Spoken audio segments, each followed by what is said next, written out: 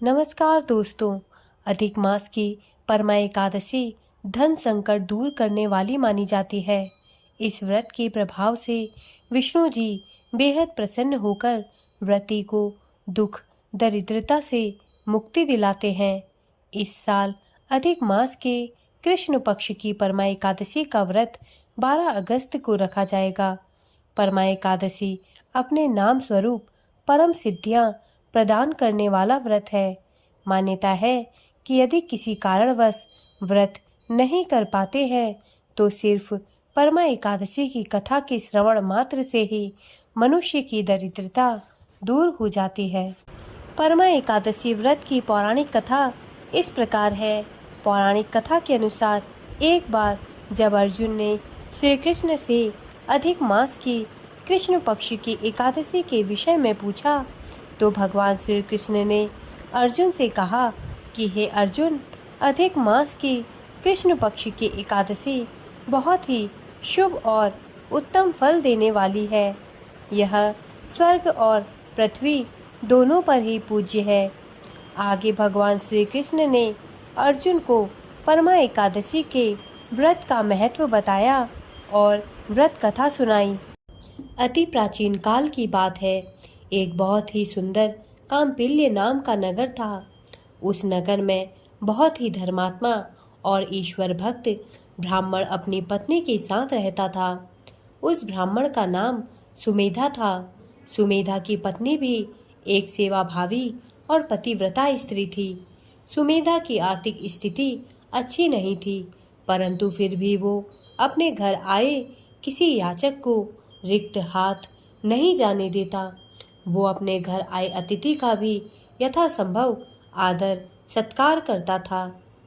अपने जीवन के धन के अभाव को दूर करने की इच्छा से एक दिन सुमेधा ने अपनी स्त्री से कहा कि वो धनोपार्जन के लिए परदेश जाना चाहता है, जिससे वो अपने परिवार की आवश्यकताओं को पूरा कर सके। तब उसकी पत्नी ने उसे समझाते हुए कहा कि मनुष्य को समय से पूर्व और अपने भाग्य से अधिक कभी कुछ नहीं मिलता। आप चाहें कहीं परदेश चले जाएं, परंतु हमारे भाग्य से अधिक हमें नहीं प्राप्त हो सकता। यह निर्धनता हमारे पूर्व जन्मों के कर्मों का परिणाम है। आप यहीं रहिए और अपना कर्म करते रहिए। प्रभु की कृपा से सब अच्छा होगा। सुमेधा अपनी पत्नी की इतनी ज्ञानपूर्ण बातें सुनकर बहुत प्रभावित हुआ और उसने परदेश जाने का अपना निर्णय बदल दिया। सौभाग्यवश एक दिन उनके घर पर कौंडिल्य ऋषि का आगमन हुआ। कौंडिल्य ऋषि को अपने घर पर आया देखकर उन्हें बहुत प्रसन्नता हुई। उन्होंने उनका खूब आदर सत्कार किया। उनके अतिथि सत्कार और सेवा भाव से कौंडिल्य ऋषि बहुत प्रसन्न हो गए। उन्होंने उनसे कुछ मांगने के लिए कहा तो उस ब्राह्मण दंपत्ति ने ऋषि से अपनी निर्धनता को दूर करने का उपाय पूछा।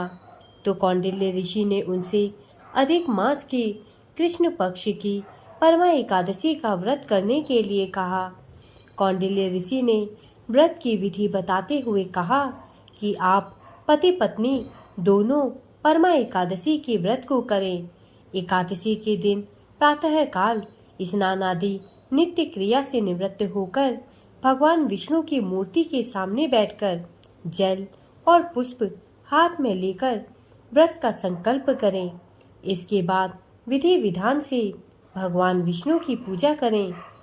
ब्राह्मण को भोजन कराएं और उसे यथासंभव दक्षिणा देकर संतुष्ट करें। इसके बाद स्वयं फलाहार करें। रात्रि में भजन कीर्तन करते हुए समय व्यतीत करें।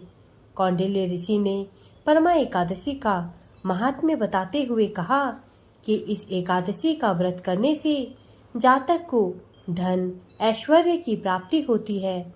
उसके समस्त पापों का नाश हो जाता है। जातक इस लोक के सभी सुखों को भोगकर अंतकाल में वैकुंठ धाम को प्राप्त करता है। इस व्रत का पालन करने से भगवान की कृपा पाकर कुबेर धनाध्यक्ष हुए। कौंडिल्य ऋषि के बातें सुनकर सुमेधा और उसकी पत्नी बहुत आशान्वित हुए और परमा एकादशी पर सुमेधा ने अपनी पत्नी के साथ व्रत रखा और पूरे विधि विधान के साथ उसका पालन किया।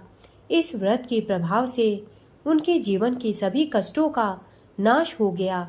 उनकी दरिद्रता दूर हो गई और उनके पास धन धान्य की कोई कमी नहीं रही। वो दोनों समस्त सांसारिक सुखों को भोगकर अंतकाल में वैकुंठ धाम को चले गए। भगवान श्री कृष्ण ने अर्जुन से कहा कि हे अर्जुन, जो भी मनुष्य परमा एकादशी के व्रत का पालन विधि विधान से करेगा उनका अवश्य ही कल्याण होगा। दोस्तों, मेरे द्वारा दी गई जानकारी यदि आपको अच्छी लगी हो तो कृपया मेरे चैनल को सब्सक्राइब करें तथा मेरे वीडियोस को लाइक करें। धन्यवाद।